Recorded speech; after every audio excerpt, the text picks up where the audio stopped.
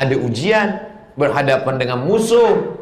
Jadi kalau ada orang, saya ini dah sembahyang, saya ini dah hijrah, saya ini dah tobat, saya ini dah ke masjid, kenapa orang masih olok saya, ejek saya, musuhi saya? Maknanya Allah sayang dengan kamu. Saya nih Ustaz Abdul Somad, cubalah tengok di YouTube, di Instagram yang followernya 9 juta itu.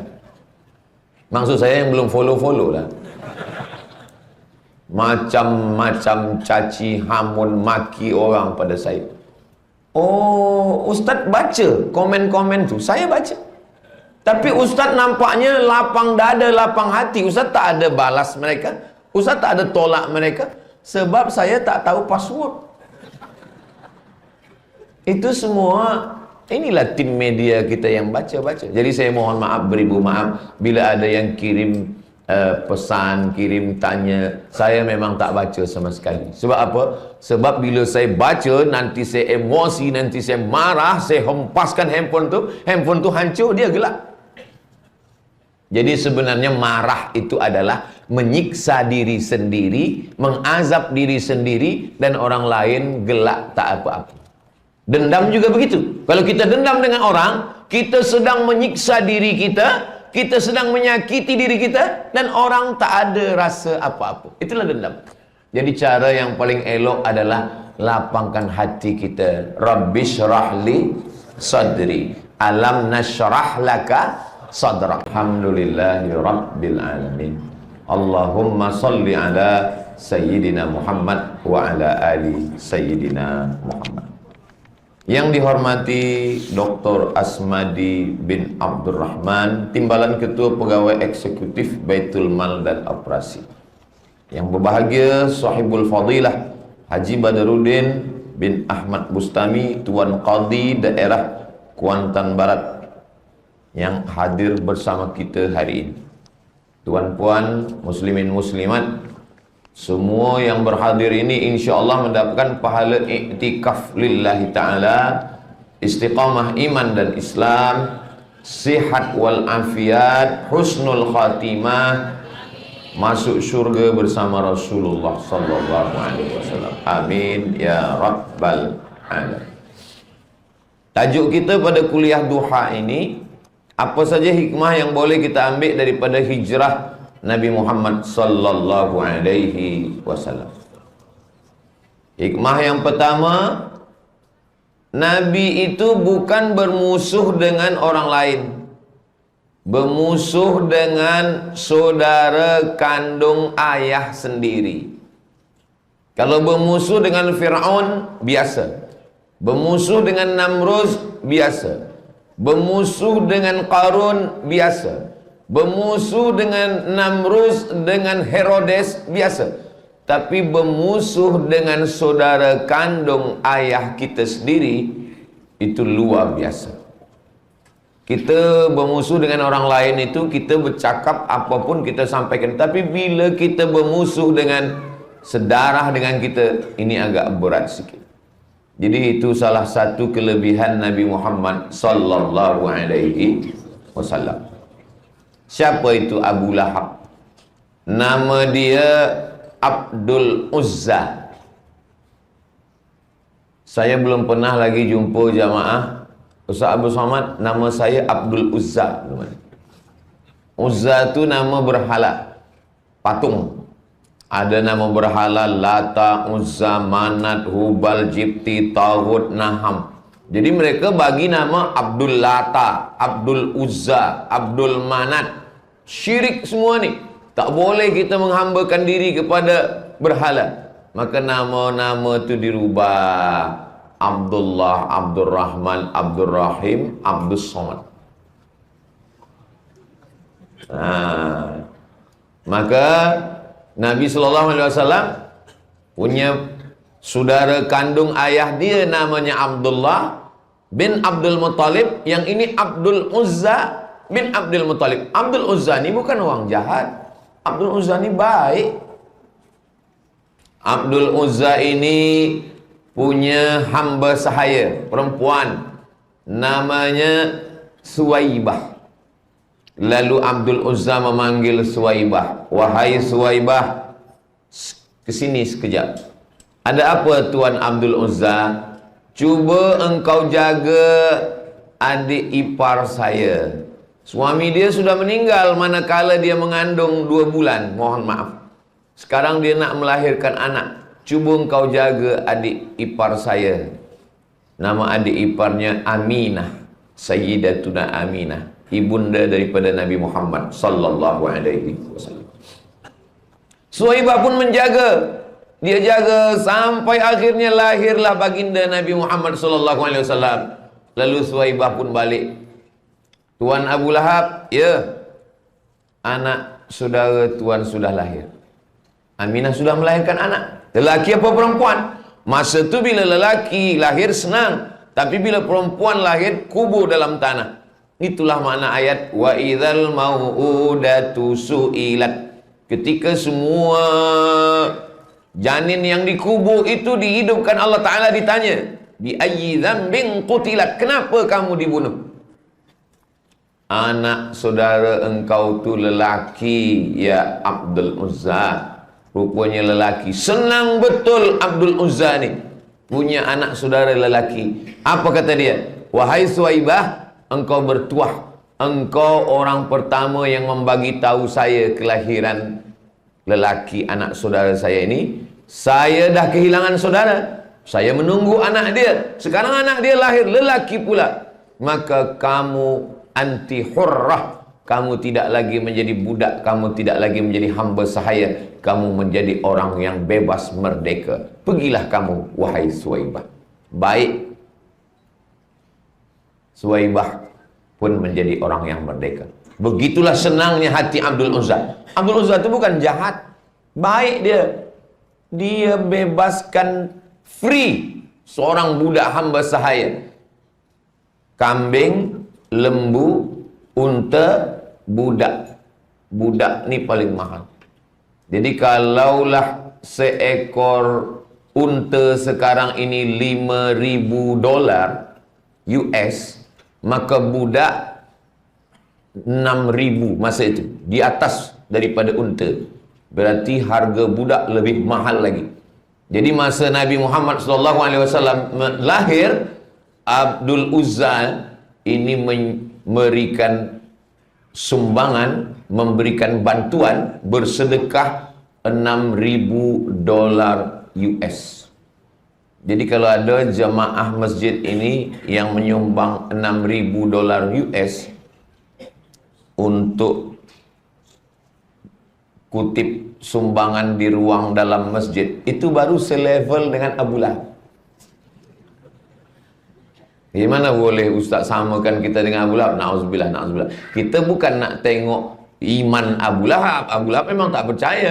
Tapi masalah dia baiknya Abu Lahab ni baik.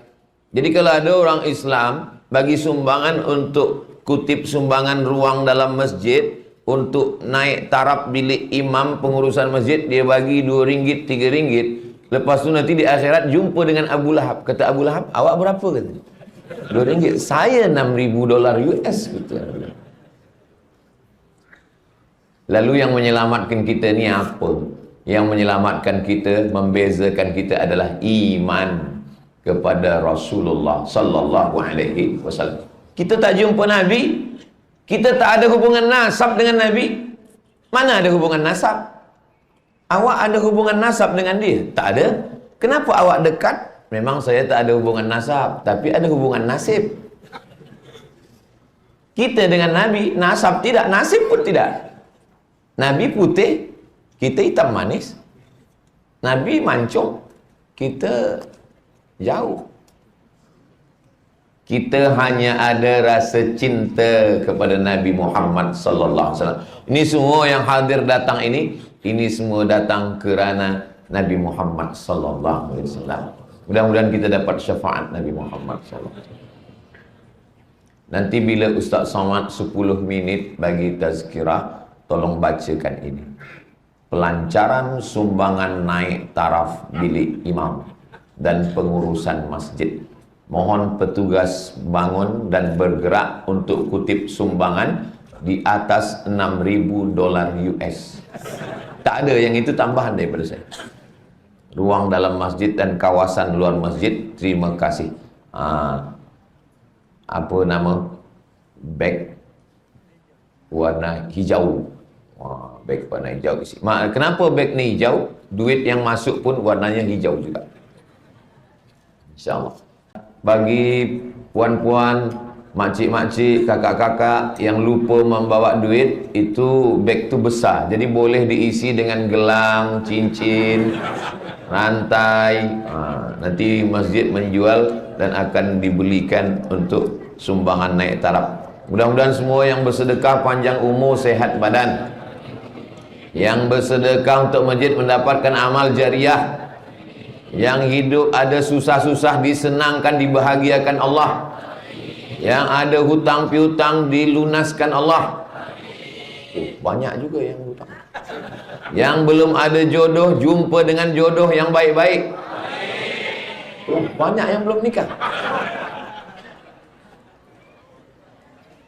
Jadi Nabi Muhammad SAW itu bukan berlawan dengan orang lain, tapi dengan saudara ayah sendiri, dengan sedarah sendiri. Jadi kalau ada di antara kita belia-belia ni, Ustaz Abdul Somad, ayah saya belum sembahyang lagi, pakcik saya minum khamar, ibu saya belum lagi pakai hijab, maka sesungguhnya penderitaan batin kita itu sama dengan Nabi Muhammad sallallahu alaihi wasallam. Itu kerana Allah cinta pada kita, Allah sayang pada kita. Jadi kalau macam itulah keadaannya, pakcik kita, makcik kita, ayah kita, bunda kita belum lagi bertaubat, masih lagi bergelimang dosa, macam mana kita? Apakah kita balik ke rumah lalu kita kumpulkan pakcik, makcik, ayah, bunda, sini semua, ya ayyuhallazina kafaru? Mana boleh. Cakap yang baik-baik, sopan santun, budi bahasa. Wa qula lahu qawlan layyina. Apa kata Allah Ta'ala kepada Nabi Musa alaihissalam? Cakapkanlah cakap yang baik-baik, yang lembut-lembut. La'allahu yatadzakkara aw yakhsha. Boleh jadi dengan cakap yang lembut itu dia ingat pada Allah dan dia takut pada Allah. Sembahyang hajat malam, usolli sunnatal hajat raka'ataini lillahi ta'ala. Ya Allah, bukakan hati suami saya, bukakan hati isteri saya, bukakan hati pakcik makcik keluarga saya, jiran saya. Allahu Akbar. Mudah-mudahan yang belum dapat hidayah dibukakan Allah Ta'ala pintu hidayah. Amin ya rabbal alamin. Bila Abu Lahab ini menjadi jahat, Abu Lahab menjadi jahat. Abu artinya ayah, Lahab artinya api yang menyala-nyala. Itu Lahab, Abu Lahab. Kenapa dia dikatakan Abu Lahab? Sebab dia sangat handsome. Orang kalau ada lelaki yang sangat handsome, maka dia macam api yang menyala. Jadi kalau ada kawan kita handsome tapi tak sembahyang, kita panggil, hai Abu Lahab, gitu. Saya duduk di Pekanbaru, Riau, Sumatera, Indonesia. Jadi saya di Pekanbaru ni, saya berjalan-jalan, saya tengok ada tempat makan, restoran, Abu Lahab. Saya terkejut, apa dia bagi nama tempat makan Abu Lahab? Tapi ujung huruf tu bukan B, P. Abu Lahab, lahap makan maksudnya. Tak boleh bagi nama yang iltibas. Sebab iltibas ni sesilap orang tengok, Abu Lahab, mana Abu Jahal kata dia. Tak boleh. La talbisul haqqa bil batil. Tapi memang iklan ni memang itulah dia. Orang marketing ni memang dia buat macam tu. Ingat, saya pun ingat sampai sekarang, tapi saya tak pernah lalu di situ. Saya tak pernah masuk ke dalam. Bila saya masuk, nanti orang ambil gambar, ustaz dah berkawan dengan Abu Lahab, kata dia. Bila dia jahat, ketika turun ayat Iqra' bismi rabbikal ladzi khalaq, khalaqal insana min 'alaqin, Iqra' wa rabbukal akramul ladzi 'allama bil qalam, 'allamal insana ma lam ya'lam. Lalu kemudian Nabi sejuk, Nabi balik ke rumah, diselimuti oleh Sayyidatuna Khadijah, Lalu turun lagi ayat, apa kata Allah? Ya ayyuhal muddathir, wahai orang yang berselimut, qum, jaga, wake up, fa'anzir, bagi peringatan. Lalu Nabi pun nak bagi peringatan, turun lagi ayat, wa anzir ashiratakal aqrabin, bagilah peringatan kepada orang-orang dekat. Jadi kalau nak bagi peringatan orang dekat dulu, istri, anak, suami, pakcik, makcik, ayah, bunda, bagi orang-orang dekat dulu. Maka Nabi kumpulkanlah semua pakcik, makcik, keluarga saudara dia. Di antaranya adalah Abdul Uzza, Abu Lahab. Nabi naik ke atas bukit Safa.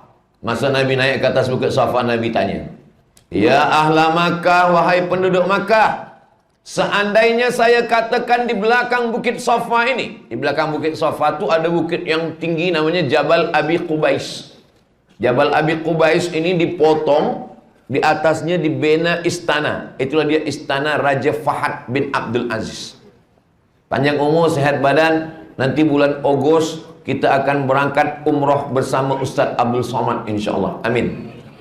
Bayar masing-masing.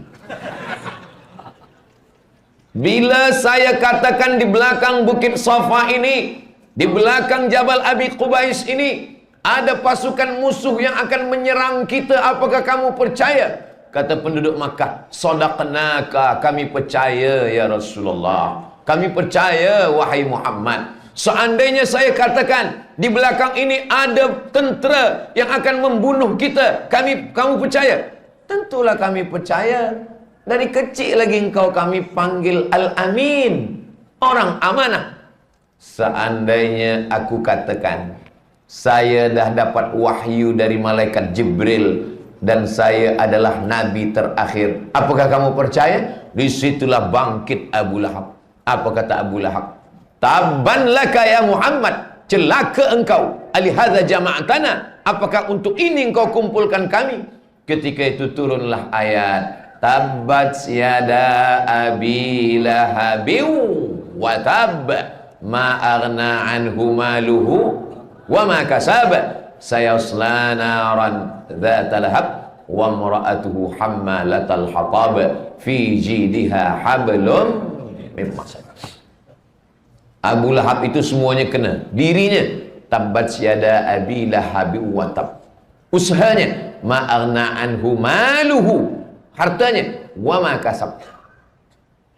Istrinya, wa imra'atuhu hammalatal hatab. Diri, harta, usaha, istri, kena semua. Lalu kemudian disitulah dia memusuhi Nabi sallallahu alaihi wasallam. Anak dia ada menikah dengan anak Nabi. Anak Nabi perempuan, Zainab, Ruqayyah, Ummu Kulthum, Fatimah Zahra. Yang tiga ni meninggal masa Nabi masih hidup. Dia suruh ceraikan. Tak ada yang lebih jahat manusia. Kalau kita berkelahi dengan ayahnya, kita sahajalah. Apa salah anaknya? Tapi Abu Lahab ini, dia suruh anak dia menceraikan anak Nabi Muhammad sallallahu alaihi wasallam. Jadi kalau ada manusia dia berkelahi dengan ayahnya sampai kepada anaknya pun dia musuhi, itu berarti orang ini adalah sama dengan Abu Lahab. Tapi orang-orang macam ni tak ada di Pahang, tak ada di Malaysia. Ini adanya di Mars. Mudah-mudahan hati kita semua dibersihkan Allah Subhanahu wa taala. Amin ya rabbal alamin. Menghadapi macam ini, Nabi sallallahu alaihi wasallam hijrah. Apa pelajaran yang pertama? Pelajaran yang pertama bahwa hidup kita ini penuh dengan musuh-musuh. Ada Qabil, ada Habil. Ada Habil, ada Qabil. Ada Musa, ada Fir'aun. Ada Ibrahim, ada Namrus. Ada Isa, ada Herodes, ada Sayyidina Muhammad SAW, ada Abu Lahab, ada Abu Jahal, ada Abu Sufyan sebelum dia masuk Islam. Maka kalau ada orang, Ustaz Abdul Somad, jiran saya jahat, kawan saya jahat, ini jamaah ada jahat pada saya, macam mana nih Ustaz? Kamu jumpa dengan dia, bagi tahu dia. Ada Qabil, ada Habil, ada Musa, ada Namrus, ada Fir'aun, ada Musa, ada Isa, ada Herodes, ada Nabi Muhammad, ada Abu Lahab, ada saya, ada kamu. Mana ada orang hidup di dunia ini senang, kenyang, tenang, lenang? Mana ada? Sedangkan nabi-nabi yang dekat dengan Allah pun macam itu hidup dia. Ada ujian, berhadapan dengan musuh. Jadi kalau ada orang, saya ini dah sembahyang, saya ini dah hijrah, saya ini dah tobat, saya ini dah ke masjid, kenapa orang masih olok saya, ejek saya, musuhi saya? Maknanya Allah sayang dengan kamu. Saya ni Ustaz Abdul Somad, cubalah tengok di YouTube, di Instagram yang followernya 9 juta itu. Maksud saya yang belum follow-follow lah. Macam-macam caci, hamun, maki orang pada saya. Oh, Ustaz baca komen-komen tu. Saya baca. Tapi Ustaz nampaknya lapang dada, lapang hati. Ustaz tak ada balas mereka. Ustaz tak ada tolak mereka. Sebab saya tak tahu password. Itu semua, inilah tim media kita yang baca-baca. Jadi saya mohon maaf, beribu maaf bila ada yang kirim pesan, kirim tanya. Saya memang tak baca sama sekali. Sebab apa? Sebab bila saya baca, nanti saya emosi, nanti saya marah, saya hempaskan handphone tu hancur, dia gelap. Jadi sebenarnya marah itu adalah menyiksa diri sendiri, mengazab diri sendiri, dan orang lain gelak tak apa-apa.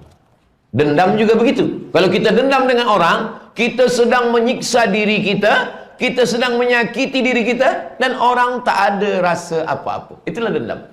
Jadi cara yang paling elok adalah lapangkan hati kita. Rabbishrahli sadri, alam nashrah laka sadrak. Dengan apa? Dengan mengaji, dengan baca Quran, iktikaf di masjid. Maka insya Allah, Allah berikan kesihatan zahir, Allah bagikan kesihatan batin, lapang dada, lapang fikiran, dan Allah bagikan kita kebahagiaan dunia akhirat. Amin ya rabbal alamin. Itu pelajaran yang pertama. Yang kedua, mesti pindah. Jangan bersedih hati meninggalkan kampung halaman, tempat lahir, tempat tumpah darah, tempat kita menimba ilmu. Memanglah ini bukan tempat kita. Ini bukan tempat kita. Tempat kita nanti ketika dipanggil Allah, ya ayyatuhan nafsul mutmainnah, wahai jiwa yang tenang, irji'i ila rabbiki radiyatan mardiyah. Kembalilah engkau. Ini bukan tempat engkau. Tempat engkau kembali nanti. Radiyatan mardiyah. Fadkhuli fi ibadi. Masuklah engkau bersama dengan hamba-hambaku. Wadkhuli jannati.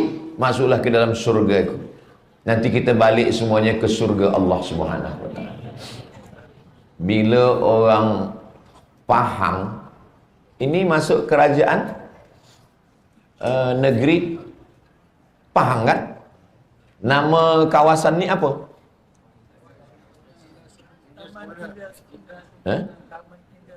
Taman Indra Sempurna.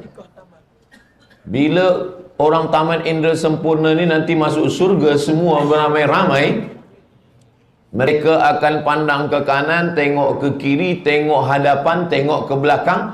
Mereka tanya, kenapa Ustaz Abdul Somad tak ada, kata dia. Mana Ustaz Abdul Somad? Mereka tanya kepada malaikat. Ustaz Abdul Somad yang dulu bagi tazkirah di masjid kami, Masjid Fatimah Az-Zahra, kenapa dia tak ada? Kata malaikat, dia sudah lama tunggu awak di VVIP. Amin. Amin. Sebenarnya saya nak minta doa itu.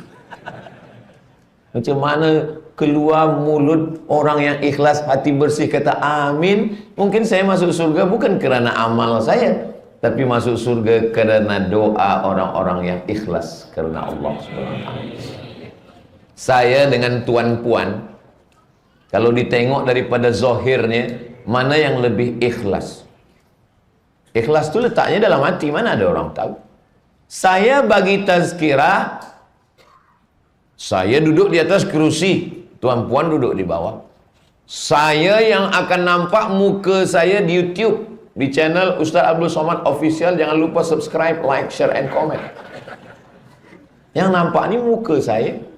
Maka saya selalu khawatir, ya Allah, mungkin amal-amal saya ni dah habis semua dah.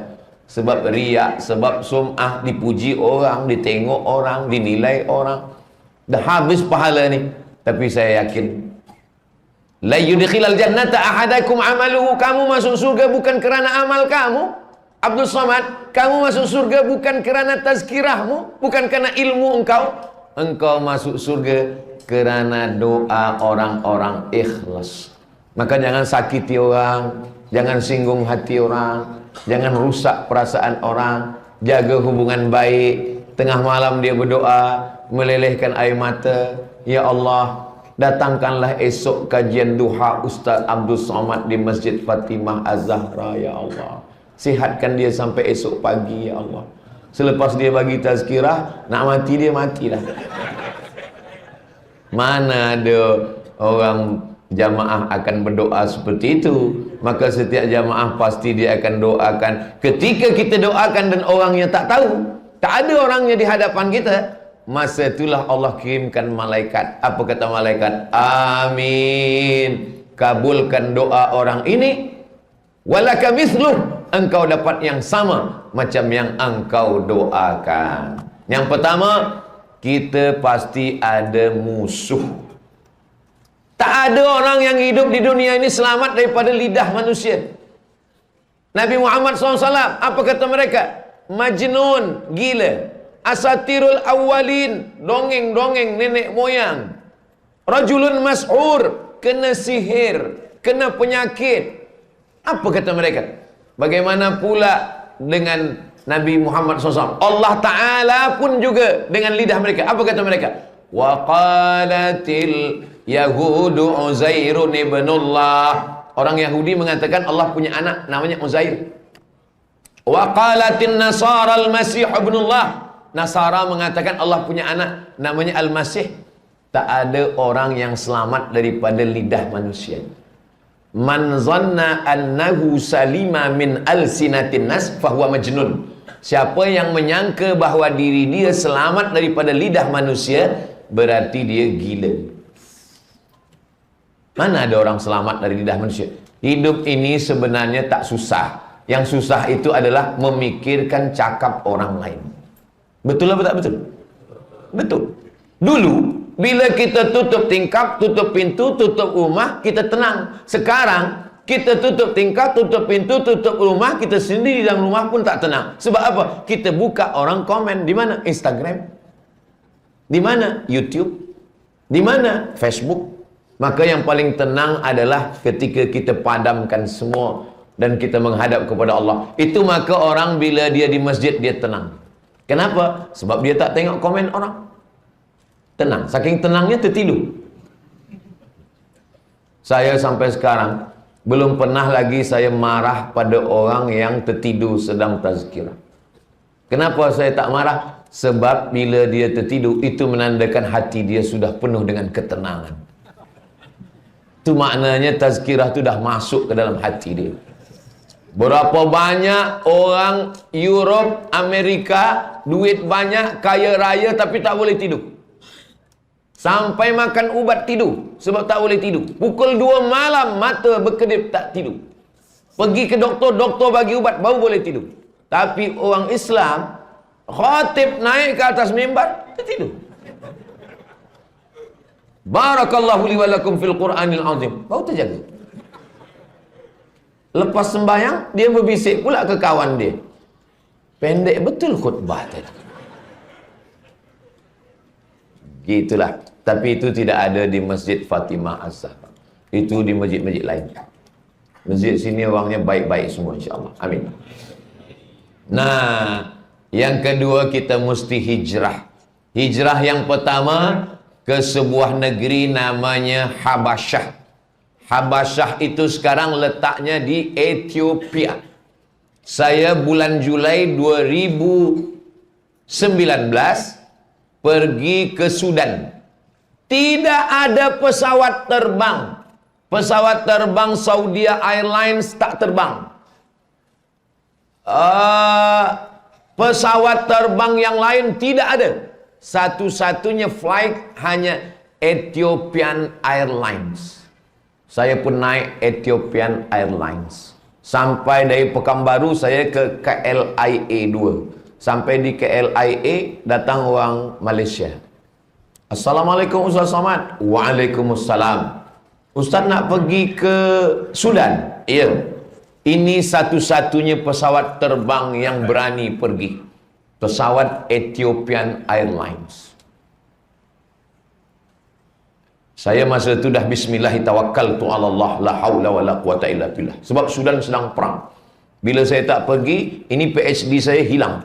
Maka saya mesti pergi juga. Lalu kemudian saya pun pergi. Pesawat itu berhenti di Ethiopia. Dulu bayangan kita tentang Ethiopia ni orang kurus, lapar, tak makan. Rupanya Ethiopia tu sekarang dah cantik. Hijau. Cantik. Airport dia pun cantik. Semua cantik. Masya Allah. Di Ethiopia inilah ada satu kawasan namanya Habasyah. Nama rajanya Najasyi. Najasyi ini Kristian Ortodoks Timur. Lalu kemudian datanglah hijrah sahabat Nabi Muhammad SAW. Nabi tak ikut. Yang hijrah itu dipimpin oleh pengetua dia, saudara kandung Ali bin Abi Thalib, namanya Ja'far bin Abi Thalib. Lalu kemudian Ja'far pun sampai. Ja'far berjumpa dengan Najasyi. Najasyi bertanya kepada Ja'far, apa pendapat kamu tentang Isa? Lalu Ja'far pun membacakan surat Maryam.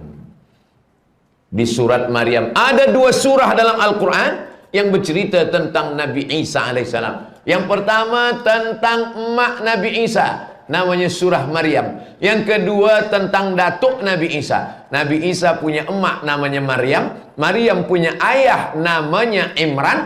Imran punya istri namanya Hannah. Imran punya istri namanya Hannah. Hannah lama tak punya anak. Selepas itu dia bernazar. Lalu kemudian lahirlah seorang anak perempuan namanya Maryam. Maryam melahirkan seorang anak lelaki namanya Isa. Surah itu namanya surah Ali Imran. Kalaulah Al-Quran itu buatan Nabi Muhammad SAW, tentu dia buat nama surahnya surah Fatimatuz Zahra, surah Aminah, surah Ali Muhammad. Tapi surah yang ada di dalam surah Maryam dan surah Ali Imran. Manakala Najasyi mendengar Ja'far membacakan surah Maryam tentang bagaimana susahnya Maryam melahirkan Isa, difitnah, dituduh berzina, dituduh punya anak haram, maka saat itu meleleh air mata Najasyi. Apakah Najasyi itu masuk Islam? Jawabannya adalah ketika Najasyi meninggal dunia, Nabi mengumpulkan sahabat solat jenazah. Tapi jenazahnya tak ada. Jenazahnya di Ethiopia. Nabi solat jenazah di Hijaz. Itu menunjukkan bahawa Najasyi itu masuk Islam. Kerana kalau dia tak Islam, tak mungkin Nabi melaksanakan solat jenazah. Kalau jenazahnya tak ada, itu namanya solat ghaib. Sekarang banyak juga solat ghaib. Awak tadi mana? Solat ghaib. Rupanya bukan jenazah tak ada, makmum tak ada. Makmum ghaib. Nah, apa makna pelajaran ini? Alam takun ardullahi wasi'atan. Apakah kamu tidak tahu bahwa bumi Allah ini lapang? Jangan katakan dunia ini sempit. Kalau dunia terasa sempit, fatuhajiru fiha, maka hijrahlah. Disitulah tempat bumi nabi-nabi. Disitulah Nabi Ibrahim mengantarkan anaknya Ismail. Disitulah Ismail menggerakkan tapak kakinya. Di situ tempat ayahnya Abdullah. Di situ tempat datuknya Abdul Muttalib. Di situ tempat moyangnya Hashim, Abdi Manaf, Qusay. Tapi rupanya dia mesti hijrah. Dia meninggalkan menuju Habasyah. Tapi rupanya Habasyah pun kurang elok. Akhirnya mereka balik lagi ke kota Makkah Al-Mukarramah. Andailah dulu Nabi hijrah ke Habasyah, susah juga kita umrah sekarang. Kalau sekarang ke Madinah 500 km. Tapi kalau kita ke Habasyah, dari Makkah kita ke Yaman menyeberang Laut Merah, masuk Djibouti, dari Djibouti baru kita ke Ethiopia. Jauh betul. Lalu kemudian hijrah yang kedua. Nabi tiada berselipar, tak ada guna kasut, Nabi berjalan kaki. Kenapa Nabi tak guna selipar? Sebab kalau Nabi guna selipar, guna kasut, nanti orang akan menengok, oh dia nak pergi jauh. Nabi berjalan kaki, rupa-rupanya Nabi pergi ke Taif. Taif itu sekarang lebih kurang 100 km daripada kota Makkah. Berjalan kaki melalui gunung panas tinggi, naik turun, akhirnya sampai dia ke Taif. Sampai di Taif bukan disambut dengan tala'al badru alaina. Sampai di Taif tak ada marhaban ya nural aini, marhaban jaddal husaini, tak ada. Mereka lempar dia dengan batu, dengan kayu, dengan tulang unta, mereka lempar sampai kaki Nabi Muhammad SAW berdarah. Ini alas kaki dia, darah. Mereka lempar kakinya kena dengan batu, berdarah. Apa kata malaikat Jibril alaihi salam? Ya Muhammad sallallahu alaihi wasallam, kalau sampai darah di kakimu itu jatuh ke tanah, aku ratakan Taif itu semuanya. Gunung-gunungnya rata, mati semuanya. Nabi sallallahu alaihi wasallam menyapu tapak kakinya. Dia sapu tapak kakinya, dia tak ingin darah itu menetes jatuh ke tanah. Kalaulah seandainya saya yang jadi Nabi masa itu, wahai Abdul Somad, kalau sampai darah itu menetes ke tanah, semua haters yang attack engkau mati. Saya pijakkan kaki saya ke tanah, ya mati mereka semua. Nabi Muhammad SAW hatinya lembut. Apa pelajaran dari sini? Bahwa orang biasa kalau dia sedang susah, kalau dia sedang sakit, dia emosi, dia marah, dia mengamuk. Selepas itu baru dia tenang, dia minta maaf. Seorang suami minta maaf pada istri, mohon maaf abang, adik sayang. Kenapa abang tadi marah? Abang emosi. Emosi kenapa? Lapar. Bila dah kenyang, hati tenang. Makanya bila suami balik, cepat-cepat kasih teh tarik untuk menarik marah dia, supaya dia tak jadi hamun, sumpah serapah, caci maki. Nabi SAW kena panas, sedang susah, tapi dia masih boleh mengendalikan emosinya. Dia tidak marah. Akhirnya Nabi berlindung ke balik bukit. Sampai di balik bukit itu Nabi mengangkat tangannya. Apa kata Nabi? Datang malaikat namanya Malakul Jibal. Malak artinya malaikat, Jibal bukit-bukit. Rupa-rupanya semua bukit-bukit, gunung-gunung ini ada malaikat yang menjaganya. Datang malaikat, Malakul Jibal namanya. Tak ada nama dia, namanya Malakul Jibal, malaikat penjaga bukit-bukit. Ya Muhammad sallallahu alaihi wasallam, tunjukkan dua gunung yang paling besar di kota Makkah. Yang pertama namanya Jabal Abi Qubais, yang satu lagi namanya Jabal Qu'ayqi'an. Aku akan cabutkan Jabal Abi Qubais ini, dan Jabal Qu'ayqi'an akan aku timpakan ke kota Taif, mati mereka semuanya. Apa kata Nabi sallallahu alaihi wasallam? Asallah an yukhrij min aslabihim man ya'budullaha wa la yusyrika bihi syai'a. Ya Allah, keluarkan dari tulang selubi mereka anak cucu yang mentauhidkan engkau dan tidak mempersekutukan engkau dengan apapun. Doa Nabi dikabulkan Allah. 100% orang Taif sekarang Muslim. Asyhadu an la ilaha illallah wa asyhadu anna Muhammadan Rasulullah. Tapi jangan sebab cerita ni nanti tuan puan pergi umrah sampai ke Taif, jumpa orang Taif tanya, ha, datuk nenek moyang kamu lah yang menghalau Nabi dulu. Lupakanlah masalah itu. Sedang Nabi boleh melupakan. Apa pula kita yang tak tahu apa-apa nak bangkit balik kesalahan mereka dulu. Nabi SAW boleh melapangkan hatinya. Dia hijrah. Lalu kemudian Nabi SAW ketika dia sedang duduk, tiba-tiba saja datanglah seorang budak hamba sahaya mengambilkan anggur. Lalu kemudian anggur itu dimakan oleh Nabi Muhammad sallallahu alaihi wasallam. Kata Nabi sebelum makan anggur tu, bismillah. Rupanya budak ni dia dengar, apa engkau kata tadi? Bismillah. Dari mana engkau dapat baca bismillah ini? Allah ajarkan saya sebelum makan baca bismillah. Kata budak ini di Taif ini tak ada seorang pun yang makan baca bismillah. Semua mereka makan saja, tak ada sebut nama Allah. Lalu kemudian Nabi tanya, kamu siapa? Saya Anas. Saya ini berasal daripada kampungnya Yunus bin Matta. Kata Nabi, Yunus bin Matta itu saudara saya. Kami sama-sama Nabi utusan Allah subhanahu wa ta'ala. Lalu budak hamba sahaya ini mencium tangan Nabi Muhammad sallallahu alaihi wasallam. Adas beruntung, dia jumpa dengan Nabi hanya sekali saja memberikan anggur, tapi saat itu dia boleh mencium tangan dan memeluk Nabi Muhammad sallallahu alaihi wasallam. Maka di Taif ada dibinakan satu masjid untuk mengenang dia. Rupa-rupanya orang boleh caci maki, hamun, sumpah serapah, lempar dengan batu kayu, tapi masih ada orang-orang yang secara darjah dia bukan siapa-siapa, tapi dia boleh mengenali Nabi Muhammad sallallahu alaihi wasallam. Adas. Lalu kemudian selepas itu Nabi pun balik. Nabi balik dari Taif. Orang Taif tak terima dia. Balik dari Taif. Ketika Nabi balik dari Taif, Nabi membaca Al-Quran. Disitulah turun ayat juzuk 29. Qul, katakan ya Muhammad sallallahu alaihi wasallam, qul uhiya ilayya annahu istama'a nafarum minal jin.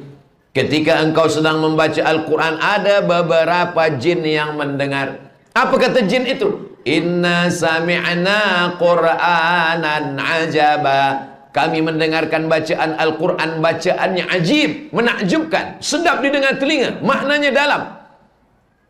Wa anna minnal muslimuna wa minnal qasitun. Kami ini ada yang jin muslim dan ada yang jin kafir. Yang jin muslim taharraw rasyada, selalu mencari jalan yang lurus. Yang jin kafir kanu li jahannama hataba, mereka menjadi kayunya api neraka.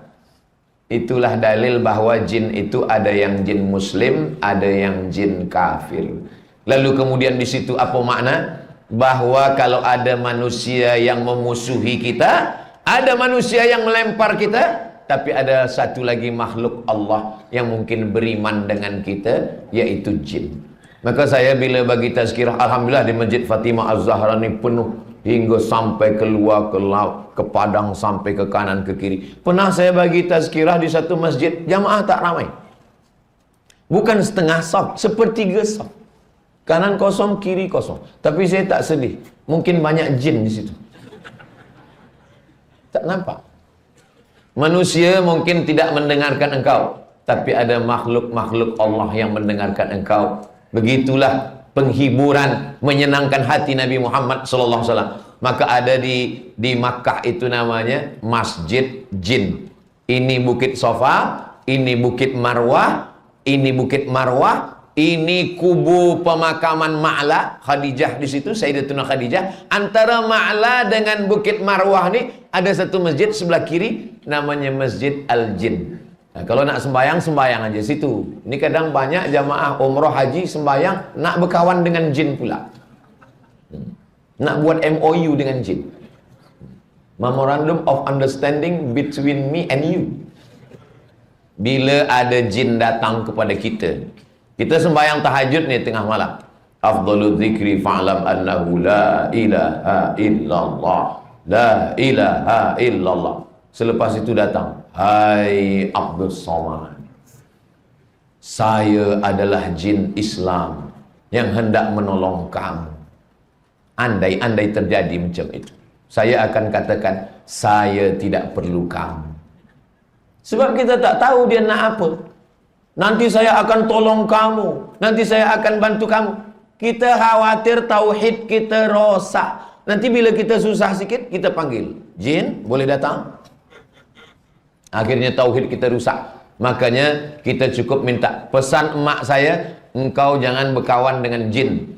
Pesan datuk saya pada mak saya, engkau jangan berkawan pada jin. Pesan moyang saya pada datuk saya, engkau jangan berkawan dengan jin. Walaupun dia mengaku jin Islam. Alhamdulillah sampai sekarang belum ada yang datang. Kalau ada datang, tak tahu juga. Mudah-mudahan Allah jagakan kita semua insyaAllah. Ada jamaah datang ke rumah saya. Seorang perempuan, dia bawa suami dia bawa anak dia kecil. Ustaz Abdul Somad, cuba tengok gambar ni. Saya tengok gambar. Emas sebesar, lebih kurang sebesar ini, panjang, emas, di atas TV, dia ambil gambar. Saya tanya, di mana emas ini? Emas ini ada di dekat TV saya, Ustaz. Awak tak ambil? Saya tak ambil, saya tengok saja, saya ambil gambar. Ini saya tunjukkan pada Ustaz. Lepas tu ke mana emas ni? 2 hari tak saya ambil, hilang. Oh, kenapa tak bagi saya, kata saya. Lepas itu dia tunjuk lagi. Ini ada kunci Ustaz, emas juga. Oh, mana kunci ini sekarang? Kunci itu tak saya ambil, tak saya pegang. 2 hari selepas itu pun hilang juga. Saya tanya, jawab dengan jujur, ikhlas kerana Allah Ta'ala. Ya, kenapa awak tak ambil? Saya takut tauhid saya rosak, Ustaz Abdul Somad. Saya takut nanti bila saya susah sikit, saya minta pada dia. Minta susah sikit, minta pada dia. Saya ingin mati husnul khatimah. Oh, masih ada. Jawab dengan baik. Ada tak ayah kamu, datuk kamu yang dulu bomoh, dukun? Ada Ustaz. Datuk saya bomoh. Ini jin dia datang nak merayu kamu. Kamu mahu atau tidak? Saya tak mahu Ustaz. Okey, mudah-mudahan Allah menjaga kamu. Sebenarnya Allah mengirimkan orang ini kepada saya nak menegur saya, wahai Abdul Somad, engkau ustaz, engkau bagi tazkirah, tapi iman engkau belum tentu sekuat orang ini. Andai engkau yang mengalami macam ini, mungkin engkau akan ambil duit itu untuk pelancaran naik taraf bilik imam. Lama hidup banyak dirasa, panjang umur banyak ditengok, dan lama jadi ustaz, macam-macam jamaah itu datang. Mudah-mudahan kita semua, apapun yang datang, susah datang, senang datang, kita tetap mengatakan iyyaka na'budu wa iyyaka nasta'in. Sekarang banyak manusia tak iyyaka na'budu lagi. Iyyaka na'budu wa bomoh nasta'in. Iyyaka na'budu wa jin nasta'in. Rosak tauhidnya. Tauhid kita mengajarkan la ilaha illallah. Nabi Muhammad SAW tidak ada meminta. Nabi Muhammad SAW ditunjukkan ini bahwa makhluk ini memang ada. Selalunya dia disebutkan selepas kita, dia dulu baru kita. Alladzi waswisu fi sudurin nas minal jinnati annas. Wa ma khalaqatul jinna wal insa. Qul la in ijtama'atil jinnu wal insu. Tapi kita tak perlu mencari-cari dia. Dan kalaupun dia datang pada kita, kita katakan, awak tak usahlah datang pada saya. Sebab saya pun udah selesai pelancaran sumbangan naik taraf bilik imam. Jangan lagi bawa emas, jangan lagi bawa apapun. Kami ingin membersihkan tauhid kami kepada Allah Subhanahu wa ta'ala. Hijrah ke Habasyah tak jadi, sudah. Hijrah ke Taif, sudah. Rupanya Allah memilihkan satu tempat yang mulia. Tempat itu adalah Al-Madinatul Munawwarah. Kalau ada orang pergi umrah, sampai di Bukit Yalamlam, ini Bukit Yalamlam, ini pesawat terbang. Lalu di atas Bukit Yalamlam tu dia mengatakan labbaik Allahumma umrah. Dah. Lepas itu landing di Jeddah. Sampai dari Jeddah dia pun pergi ke Makkah. Sampai di Makkah dia tawaf, lepas tawaf dia sa'i, lepas sa'i dia tahallul, selesai. Rukun umrah 5. Berniat, tawaf, sa'i, tahallul, tartib. Tartib. Tartib maksudnya tawaf dulu baru sa'i. Jangan sa'i dulu baru tawaf. Itu namanya umrah sungsang. Selesai. Macam mana kalau dia tak ziarah ke Madinah? Secara fiqh selesai. Tapi dia tak ada adab kepada Nabi Muhammad sallallahu alaihi wasallam. Dari mana kita tahu tawaf? Dari mana kita tahu sa'i? Kalau bukan dari Sayyidina wa Maulana wa Syafi'ina wa Zuhrina wa Qurrati A'yunina Muhammad sallallahu alaihi wasallam. Maka kalau kita ada umrah, eloknya kita ke Madinah. Lepas daripada Madinah ini, kita bangkitkan cinta kita pada Nabi. Kita berjalan pelan masuk dari Babus Salam. Lalu kemudian kita lalu bagi lelaki. Lalu kita lalu di hadapan makam Nabi. Kita sedang mengucapkan salam kepada Nabi. Assalamualaikum ya Rasulullah. Assalamualaikum ya Nabi Allah. Kita dah sedih dah haru dah nak menangis, tak jadi menangis. Dihalau polis. Haji. Itulah adilnya Allah Ta'ala.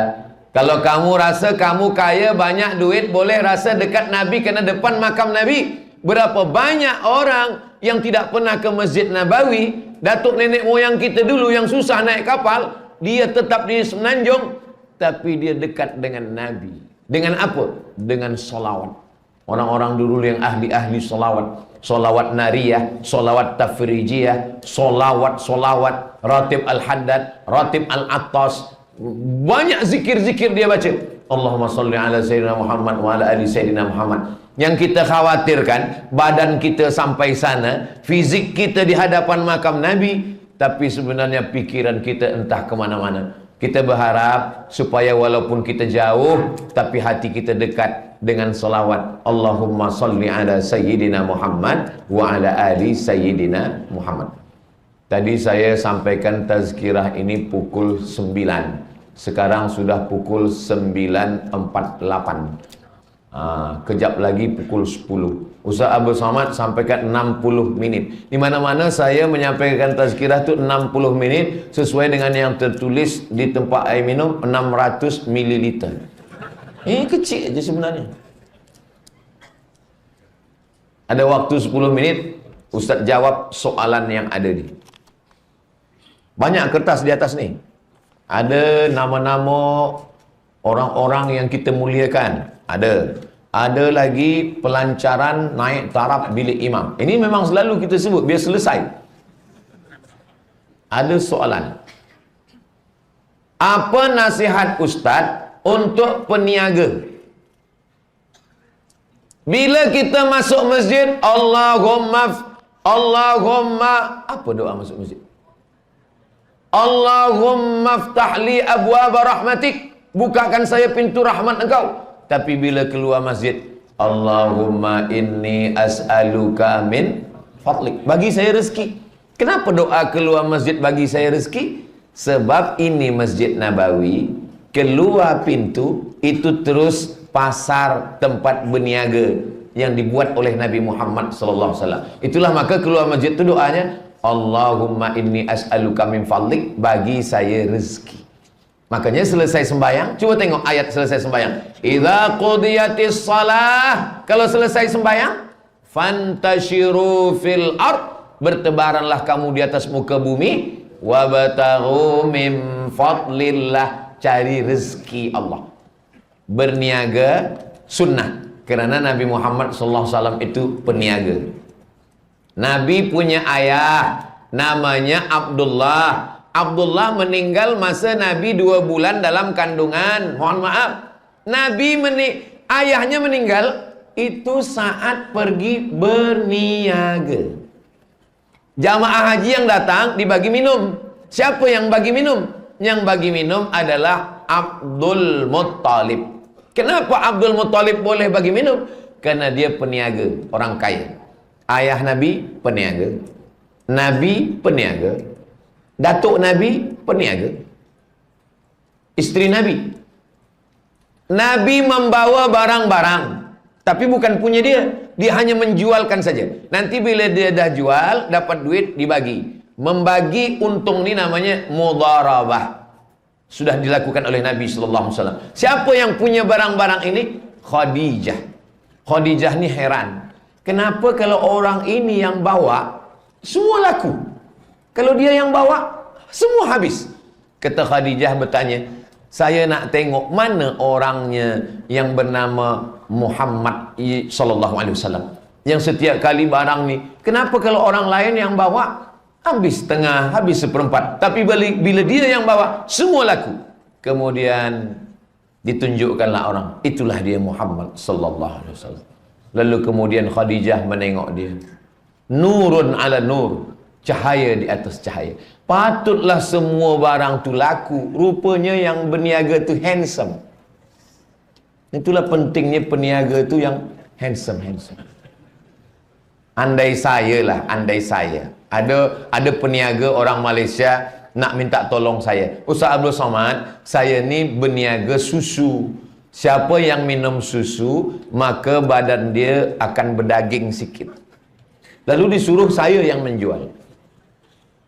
Encik, puan, tuan, bila ingin gemuk, minumlah. Mana ada orang nak beli?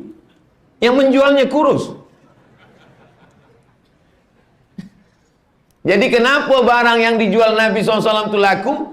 Sebab dia dengan bersihnya, dengan handsome-nya Sayyidina wa Maulana Muhammad sallallahu alaihi wasallam. Baju Nabi itu lengannya dia tak pakai apa nama? Kancing, butang. Dia besar. Jadi bila Nabi angkat tangannya waktu Nabi khutbah di atas mimbar, datang orang Arab Badui minta hujan. Halakatil amwal, kebun-kebun kami kering, hujan lama tak turun. Nabi angkat tangannya, Nabi berdoa, aghithna, aghithna, turunkan hujan, turunkan hujan. Waktu Nabi mengangkat tangan, sahabat yang ada di bawah tu menengok. Apa kata sahabat? Kami menengok bayadha ibataihi, putih dua ketiak Nabi. Kalau ketiaknya saja putih, bagaimana dengan pipinya, dengan wajah Sayyidina wa Maulana Muhammad sallallahu alaihi wasallam. Saya bukan nak memburukkan kita, nah, kita memang dah macam ini. Hitam-hitam si tampuk manggis, walaupun hitam ku pandang manis. Tapi ada juga pantun lain, hitam-hitam si tampuk manggis, sudahlah hitam lutut berkudis. Maksudnya tutuplah lutut, jangan nampak aurat. Dalam mazhab Syafi'i, lutut tu aurat. Lalu kau sampai mana tadi? Hilang pula. Bahawa Nabi berniaga. Makanya kalau perniagaan ini ditinggalkan oleh umat Islam, siapa yang akan mengambil perniagaan ini? Yahudi. Yahudi yang akan mengambil perniagaan ini. Maka umat Islam mesti berniaga. Siapa yang membawa Islam ini ke Nusantara? Selalunya dalam sejarah dikatakan yang membawa Islam ke Nusantara adalah peniaga. Tak betul. Yang membawa Islam ke Nusantara adalah alim ulama yang berniaga. Mereka ulama, tapi mereka berniaga. Orang-orang tasawuf itu hanya berzikir saja. Orang tasawuf berniaga. Namanya Imam Junaid Al-Baghdadi. Kita kalau ambil fiqh Imam Syafi'i, kalau ambil akidah Imam Asy'ari, kalau ambil tasawuf Imam Junaid Al-Baghdadi. Kalau ambil akidah Asy'ari, kalau fiqh Syafi'i, kalau tasawuf Imam Junaid Al-Baghdadi. Imam Junaid itu dia ada gerai tempat berniaga. Dia pergi ke gerai tempat niaga, dia berniaga. Kalau ada orang membeli, dia layan. Tak ada orang membeli, dia sembahyang sunat. Ada orang beli, dia jual. Tak ada orang beli, dia sembahyang sunat. Habis 400 rakaat, dia balik ke rumah. Di mana kami boleh baca kisah ini? Dalam kitab Ar-Risalah Al-Qushairiyah. Kita dah khatamkan ini dulu. 1 bulan Ramadan khatam Ar-Risalah Al-Qushairiyah. Sebab masa tu COVID-19. Maka kita tak ada pergi keluar. Saya bacakan kitab itu selama Ramadan, pagi, petang, siang, malam. Khatam Alhamdulillah. Nak menunjukkan bahawa Nabi berniaga, sahabat berniaga, dan ulama berniaga. Jadi bila ada umat Islam yang berniaga, tapi orang Islam berniaga bukan nak cari kaya. Umat Islam berniaga, dia beli rumah, dia beli kereta, dia sekolah anak, dia pergi jalan menengok dunia. Tapi yang penting daripada itu semua, hasil daripada perniagaan, duitnya itu untuk apa? Tak ada orang mati buat duit. Tapi duit boleh menjadi amal jariah. Duit yang banyak dari perniagaan ini untuk apa? Pelancaran sumbangan naik taraf bilik ilmu. Apapun kajinya, ini kita selesaikan. Kerana inilah yang boleh membuat kita mendapatkan amal jariah. Jadi peniaga-peniaga semua, saya ajak berniaga dengan semangat. Ini sekarang banyak orang Islam ini, dulu sebelum mengaji dia berniaga. Sebelum mengaji berniaga. Selepas dia mengaji, dia berhenti berniaga. Dia berzikir di masjid. Ini tak betul. Tetap berniaga. At-tajir peniaga. As-saduq jujur. Al-amin amanah. Ma'an nabiyin, kalau dia mati nanti dia bersama dengan nabi-nabi. Wasiddiqin, dia bersama dengan orang yang benar. wasyuhada, dia bersama dengan orang mati syahid, wassalihin, dia bersama dengan orang soleh. Orang yang berniaga, dia ikut sunnah Nabi. Tapi jangan sebab niaga tak ke masjid. Ini jangan balik-balik ceramah Ustaz Abdul Somad ini. Hayya 'alas salat. Awak tak ke masjid. Berniaga ini ibadah. Pergilah ke masjid, tutup kejap. Atau ada isteri di situ, dia jaga. Nanti balik kita jaga, isteri pula sembahyang. Apa maknanya? Ini ibadah. Nasib baik kertas yang jatuh bukan pelancaran sumbangan. Mohon Ustaz doakan anak-anak saya. Muhammad Fawaz. Fawaz artinya orang yang menang. Fawaz menang, tak pernah kalah. Nur Sumayyah, Nur Cahaya. Sumayyah perempuan pertama yang mati syahid. Sumayyah ini perempuan pertama yang mati syahid. Nama suami dia Yasir, nama anak dia Ammar. Ammar bin Yasir, nama maknya Sumayyah. Muhammad Fayyad. Fayyad artinya melimpah. Apa dia melimpah? Karena ayah dia peniaga, tentulah duit dia melimpah. Kemana melimpah duit dia? Ke pelancaran sumbangan iman. Supaya jamaah ini ingat, kalau selesai ini yang dapat pahala siapa? Kita semua. Tapi yang paling banyak aliran pahalanya, tentulah yang menyampaikan. Saya seorang ibu. Nanti bila kita berdoa bukan cuma untuk yang saya sebut saja. Semua anak-anak kita, anak saya, anak tuan, anak puan, semuanya dijaga Allah Ta'ala menjadi anak yang soleh dan solehah. Saya seorang ibu kepada anak lelaki 4 tahun, anak perempuan 10 bulan. Saya percaya madrasah pertama bagi anak bermula dari rumah yang dididik dan diasuh dengan ajaran Islam sebaiknya. Kita juga cenderung mendidik anak sebagaimana kita didik ketika kecil dulu. Barangkali ada didikan yang salah dan dari broken home. Broken hancur, home rumah hancur. Satu, bagaimana seharusnya mentaliti seorang ibu dalam menguatkan atau menerapkan akidah sejak dari awal. Bagaimana ibu bapa untuk health, childhood, trauma. Bagaimana supaya membuat anak kita ini sehat secara mental, sebab dia mungkin mengalami suatu penyakit trauma karena diolok, diejek, pendidikan yang salah. Macam mana kita memperbaiki ini? Saya, walaupun saya ustaz, tapi kalau saya di rumah dengan anak saya, bukan berarti saya guna bahasa-bahasa ustaz ni dengan anak saya. Saya panggil anak saya Mizyan Haziq Abdillah, Sami Ahmad Misbah Billah, lalu saya katakan, ya ayyuhallazina amanu. Bukan macam tu kita mendidik anak kita. Macam emak saya dulu mendidik saya.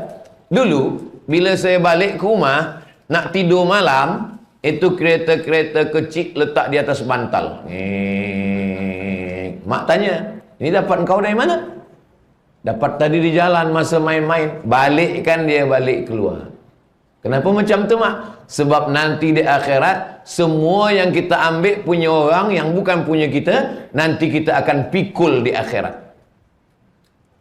Sebab kita budak kecil tak tahu dalil, kita pun takut, kita balikkan. Sampai sekarang itulah yang ada dalam pikiran saya. Saya belajar, rupanya ayatnya ada. Wa may yaghlul, siapa yang curang, siapa yang mencuri, siapa yang berkhianat, ya'ti bima ghalla yaumal qiyamah, dia akan membawa kecurangannya pada hari kiamat nanti. Rupa-rupanya yang dicakapkan mak kita dulu ada ayatnya, ada hadisnya. Kalau tak ada berada, takkan tempua bersarang rendah. Ada burung tempua, sarangnya di atas pokok kelapa. Tapi bila padi menguning, tempua biasa bersarang rendah sebab dia nak ambil padi. Biasa bila kita dah panen padi, itu banyak budak-budak kecil mengambil burung tempua, anak burung tempua, bawa balik ke rumah. Dari mana engkau dapat burung tempua ni?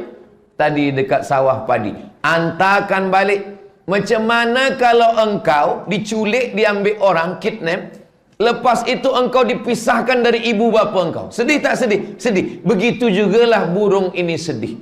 Maka sampai sekarang saya tak ada pelihara burung. Bukan berarti saya larang tuan-tuan bila ada pelihara burung, burung serindit, burung kakak tua, burung apapun, silalah. Tapi tolong kandangnya besar, dia boleh terbang dan makannya lengkap dan ada bini dia. Jangan sampai semua hidup kita yang menengok dia. Rupanya kita tak tahu apa dia cakap. Bini gitu. Kita tak tahu bahasa dia. Dia juga adalah wa ma min dabbatin fil ardi, semua yang melata di atas muka bumi, wala ta'iri yatiru bi janahihi, burung-burung yang terbang di awan, illa umamun amsalukum, mereka sama seperti kamu. Itu kita ajarkan pada anak-anak kita. Suatu ketika anak saya balik ke rumah membawa, di tempat saya namanya umang-umang. Umang-umang ini macam ciput, tapi boleh berjalan di darat. Lalu saya tengok, siapa bagi? Kata saya, ada orang bagi. Lalu saya cakap anak saya, macam mana kalau engkau diambil orang, lepas itu dia bawa ke rumah orang lain? Oh, takutlah, sedihlah. Begitulah dia ni sekarang sedang sedih. Jadi macam mana? Kita bawa dia ke tempat semak-semak, sebab dia ni hidupnya di tempat yang sejuk. Kita lepaskan dia ke sana. Jadi anak-anak ni kita tak boleh marah, hamun. Dia mesti bagi alasan. Kenapa kita tak boleh? Kenapa kita tak boleh aniaya? Jangan aniaya orang, jangan ejek orang, jangan olok orang. Suatu ketika saya sedang lalu di tepi jalan. Lalu tepi jalan, di atas longkang besar, saya tengok ada pondok kecil. Ada seorang budak kecil, dilempar batu dengan dua orang yang badannya agak besar. Dia lempar batu. Mungkin dia sangka ni jumrah ula wusta Aqabah. Dia lempar batu. Saya driver kereta. Saya berhenti, saya turun. Saya tengok ni dah tak betul. Saya panggil yang berdua ni. Kenapa kamu lempar dengan batu budak kecil ni? Macam mana kalau adik kamu? Macam mana kalau kamu yang diperlakukan orang macam ini? Bila kita tengok tak ada keadilan, kita jangan diam. Kita ajarkan. Lalu kemudian saya katakan, kamu berhenti. Kalau kamu tak berhenti, bawa ayah kamu ke sini. Sebab anak ini menjadi kurang ajar, sebab lingkungan tidak mendidik dia. Adapun anak-anak yang hatinya luka, mentalitinya sakit, kerana dia tidak dididik dengan baik, maka dia mesti dididik dengan baik, dengan nasihat, dengan pelajaran, dengan akidah yang benar. Tolong sediakan di masjid kita ada orang yang boleh berkonsultasi, menceritakan berbagai macam masalah dia. Sebenarnya dalam tazkirah itu selepas kajian, banyak jamaah itu datang di tempat saya. Ustaz Somad, saya ni ada yang nak saya sampaikan pada Ustaz tentang masalah masa kecil saya begini, Masya Allah. Ada datang ke tempat saya seorang umur 70 tahun, perempuan. Lepas itu, apa yang makcik nak sampaikan ke saya? Suami saya, Ustaz. Kenapa dia? Dia tidak bagi belanja, cakapnya kasar, mengatakan saya tak elok, dan seterusnya. Lalu kemudian mana dia sekarang? Dia dah mati. Kata saya, kalau dah mati selesailah masalah. Apa masalah lagi? Sampai sekarang saya tak boleh memaafkan dia. Lama saya termenung. Saya tak boleh mengatakan, maafkan sajalah makcik. Tak boleh. Sebab dia umur 70 tahun. Saya tak mengalami apa yang saya alami macam dia. Jadi apa masalahnya makcik? Masalahnya saya tak boleh memaafkan dia sampai sekarang. Macam mana ni Ustaz? Galah patah boleh disambung, kaca retak boleh direkat, hati yang sakit kemana ubat akan dicari. Jangan pernah sakiti hati orang. Jangan pernah aniaya, jangan pernah zalim. Lalu bagaimana saya menyampaikan? Yang menjumpakan makcik dengan dia dulu siapa? Bukankah kita tahu langkah rezeki pertemuan maut kuasa Allah SWT? Aku tak pernah mencari engkau, engkau pun tak pernah mencari aku. Allah yang mempertemukan kita. So sweet. Yang senyum pelajar pula. Pertemuan makcik dengan dia adalah takdir Allah SWT. Sudah dituliskan Allah di Lauhil Mahfuz 50 alfasana, 50.000 tahun sebelum Allah menciptakan langit dan bumi. Ada amal yang paling besar makcik, lebih besar daripada jihad berdarah di Palestin. Semoga Allah menolong saudara kita di Gaza, Palestin. Ada amal yang lebih besar daripada haji dan umrah makcik. Ada amal yang lebih besar daripada sedekah makcik. Ada amal yang lebih besar daripada menolong pelancaran bilik imam makcik. Apa tu Ustaz Abdul Somad? Amalnya tak keluar duit, amalnya tak keluar peluh, amalnya tak keluar darah. Apa itu Ustaz Abdul Somad? Amalnya satu kata saja makcik. Apa itu amal? Maaf. Makcik selama ini dah sembahyang tahajud, udah. Makcik selama ini dah sedekah, sudah. Tapi ada satu amal yang makcik belum buat. Apa dia? Maaf. Jadi semuanya balik kepada agama. Kalau makcik boleh memaafkan, makcik boleh ridha menerima ini semua, nanti makcik akan dicari Allah di dalam surga. Bukan makcik mencari Allah, Allah mencari makcik. Apa kata Allah? Aku ingin memberi sesuatu pada engkau. Apa dia? Yang surga engkau dah dapat, jannatin tajri min tahtihal anhar engkau dah dapat. Ada satu yang kau belum dapat. Apa dia? Ridhaku. Ridhaku hanya diperolehi oleh orang yang ridha menerima takdir Allah Subhanahu wa taala. Jadi kalau ada orang yang hatinya sakit, mentalnya sakit, berdasarkan daripada pendidikan yang tak sempurna, ayahnya, ibunya, segala macam, maka kita balikkan dengan agama, dengan ridha kepada takdir Allah, memperbaiki segala yang rosak dengan amal ibadah. Mudah-mudahan kita semua sihat walafiat zahir dan batin, insyaAllah. Itulah yang boleh saya sampaikan. Dalam lebih kurang 70 minit ini kita mendapatkan nilai i'tikaf, kita mendapatkan nilai jihad fisabilillah, kita mendapatkan pahala menuntut ilmu, kita mendapatkan sedekah, kita mendapatkan amal jariah. Amin ya rabbal alamin. Terima kasih segala perhatian. Mohon maaf segala kesilapan dan kekhilafan. Saya tutup dengan pantun penutup, menangkap puyuh di Bukit Selasi. Thank you dan terima kasih. Aqulu qawli hadza astaghfirullah li wa lakum. Subhanakallahumma wa bihamdika asyhadu an la ilaha illa anta astaghfiruka wa atubu ilaik.